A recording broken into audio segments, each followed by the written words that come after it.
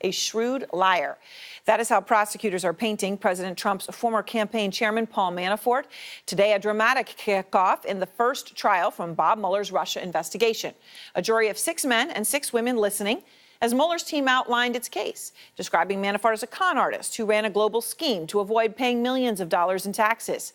Prosecutors say Manafort made $60 million in Ukraine and that he didn't report it to the IRS. They say he had 30 bank accounts in just 3 foreign countries, which he used in part to store untaxed income to spend on luxury goods like Range Rovers, a watch costing $21,000, a $15,000 custom-made ostrich jacket. I mean, who doesn't need one of those, right? The defense hitting back, saying Manafort is the victim, that he was taken advantage of by the man he trusted most, Rick Gates, his right-hand man in Ukraine and his deputy in the Trump campaign. The Manafort strategy, blame it all on Gates, the man who flipped against his longtime boss, the man the government describes as the government's star witness. Evan Perez is out front live in Alexandria, Virginia. And Evan, you were there in the courtroom today, the opening statements, the first witness. What happened? Well, Aaron, it was quite a dramatic day, especially by prosecutors, as they began their opening statements by describing Manafort as, quote, a man who believed that the law did not apply to him, essentially talking about the fact that he didn't file income tax or accurate income tax statements for the years 2010, 2011, 2012, 2013, and 2014. They went through all of his offshore bank accounts, where he apparently, according to the prosecutors, hid millions of dollars that were paid by these Ukrainian oligarchs that he was doing business with. They described, as you said, 30 bank accounts in 3 different countries. He owns 7 homes, including in the Hamptons, in Florida, and here in Alexandria, Virginia. They said he spent $500,000 on fancy clothes, $21,000 on that watch, and $15,000 on that ostrich jacket. Essentially, they made it clear that his extravagant lifestyle, that's their words, extravagant lifestyle, was going to be on trial here, because they said this is what Paul Manafort was using, these offshore bank accounts in Cyprus and in other places, to hide the money from the IRS. Interesting, Evan, because it doesn't sound like, at least from what we heard today, that the defense is going to be, actually, no, we did pay our taxes. It sounds like the defense is, okay, fine, but it's Rick Gates' fault? Yeah, it's kind of a defense of blame it on that guy, right? Part of it is Rick Gates. Rick Gates was his deputy, worked closely with him, not only in business in Ukraine, but also, remember, Aaron, he was his deputy working in the Trump campaign. As a matter of fact, he stayed on the Trump campaign after Paul Manafort was fired. So blame it on Rick Gates. He was the one who was closely managing these business affairs, and blame it on the Ukrainian oligarchs who demanded that Paul Manafort set up these private secret bank accounts in Cyprus, in the St. Vincent and the Grenadines, in order for him to be able to get paid by these Ukrainian oligarchs. That's the defense in a nutshell. It's a kind of an unusual defense. Yeah. They also say that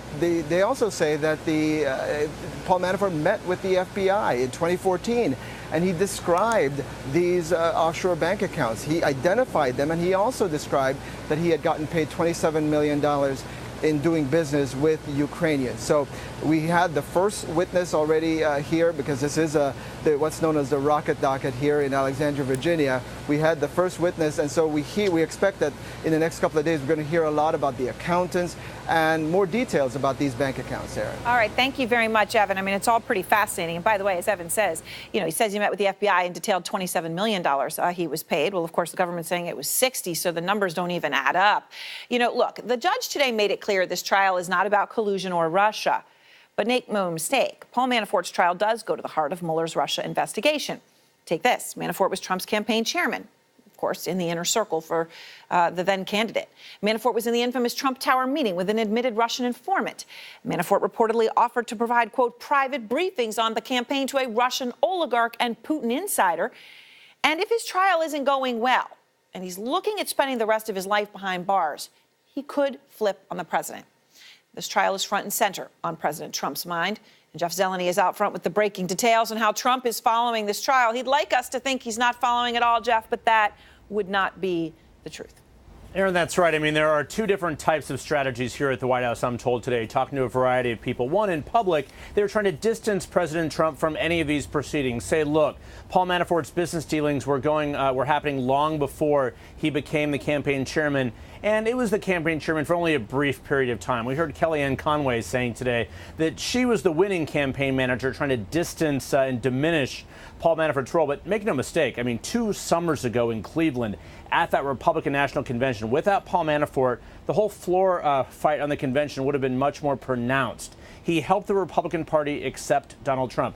And now I am told that President Trump is watching these proceedings very carefully. As he was flying down to Florida this evening, where he's going to be holding a campaign rally tonight, I'm told he was watching these proceedings on television. He also has been asking for updates from his legal team, from lawyers who are following this, of course, very carefully. So, yes, it's not about President Trump. It's not necessarily even about the Russia collusion investigation, but they are keeping such a close eye on that here at the White House, Aaron. Of course, this is Bob Mueller's first a public case here. So for the next 3 weeks, they'll say they're not watching. Aaron, privately, I'm told they are.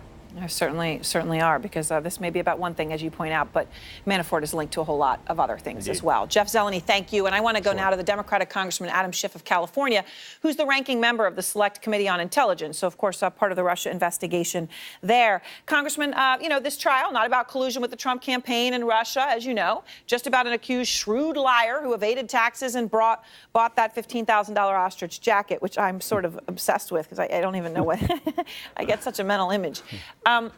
They're saying this has nothing to do with the Trump campaign. Is it that simple? No, it's not that simple. And I think if it were, you wouldn't find the president watching it so keenly. Look, this is Donald Trump's campaign manager who is pointing the finger at his deputy campaign manager. And if he is convicted, and as you point out, Aaron, he will face substantial time if he's convicted on these charges, he may flip. And that would be, I think, profoundly concerning to the president. We're already hearing conflicting reports about the president's knowledge and maybe involvement or approval of that Trump Tower meeting that Paul Manafort sat in on. If he is facing time, then he may come clean on what he knows about that meeting. But also, if Mueller were to be unsuccessful, it's an opportunity for the president to further bash him. But I have to say, I'm betting on Mueller on this.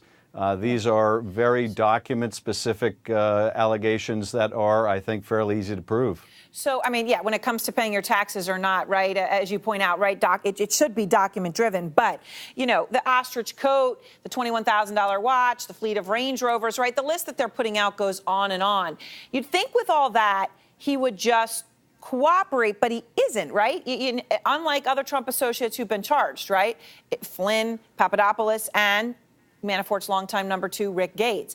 I mean, is it possible that Manafort is not cooperating because he is not guilty? Do you even entertain that possibility at this point? I really don't entertain that possibility. I think what is going on here is if Paul Manafort, even if he cooperated with authorities, he was still looking at a very substantial amount of time given the weight of these charges. And at his age, he may have concluded he doesn't have that kind of time to spend behind bars. He's going to go all in for a pardon. He's going to be the last man defending Donald Trump and bet it all on a pardon. And that may be where at least he's making his appeal.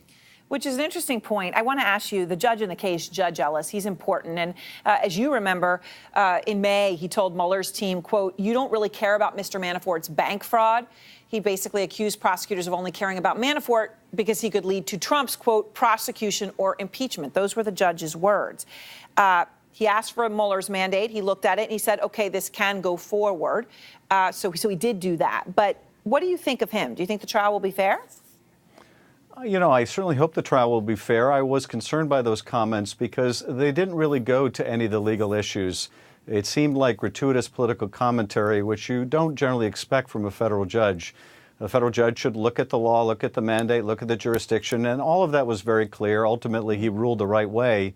Yep. But those kind of political comments, I think, are concerning. So the first government witness on the stand today, as Evan Perez was reporting, it's the rocket docket, right? They've got a lot of them, 34 on that side. They want to bang through this. It could happen 2-3 weeks. This could be very quick.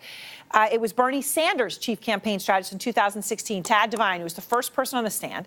He's worked with Manafort in Ukraine. I remember him actually telling me about this during the campaign and being surprised at the time, but he did. He described his relationship with Manafort as friendly, said he was impressed by Manafort, saw him as a hardworking guy. You're a former U.S. assistant U.S. attorney. What do you make of that? Bernie Sanders, former top strategist, saying he's a hardworking guy and impressed by Manafort. Well, I don't know the details of this, but Paul Manafort may be a very hardworking guy, and he may have worked very hard to hide his money and to fail to disclose his taxes. And bear in mind that some of these charges pertain to money laundering that was going on while he was the campaign manager for Donald Trump.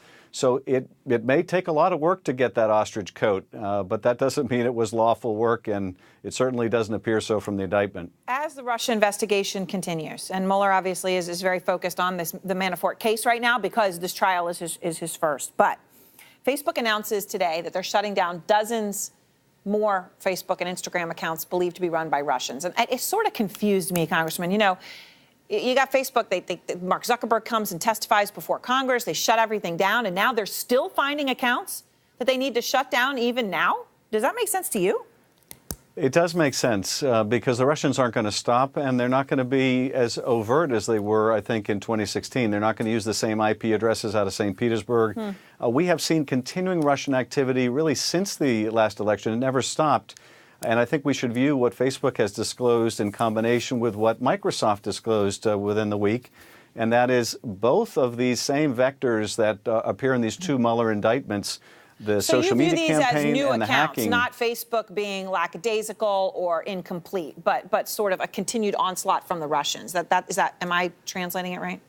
Yes. No, I think that's the case. You know, we kept getting additional information from Facebook about advertising or organic content from those original IP addresses from St. Petersburg, but they are going to continue to learn about more as the Russians move and hide and use other proxies. So this is going to continue to be rolled out to the public. And I'm glad that Facebook is doing this. They're going to have to continue doing it. The intelligence community is going to have to continue sharing information, I hope, with the tech companies when they spot foreign actors abusing those platforms as well.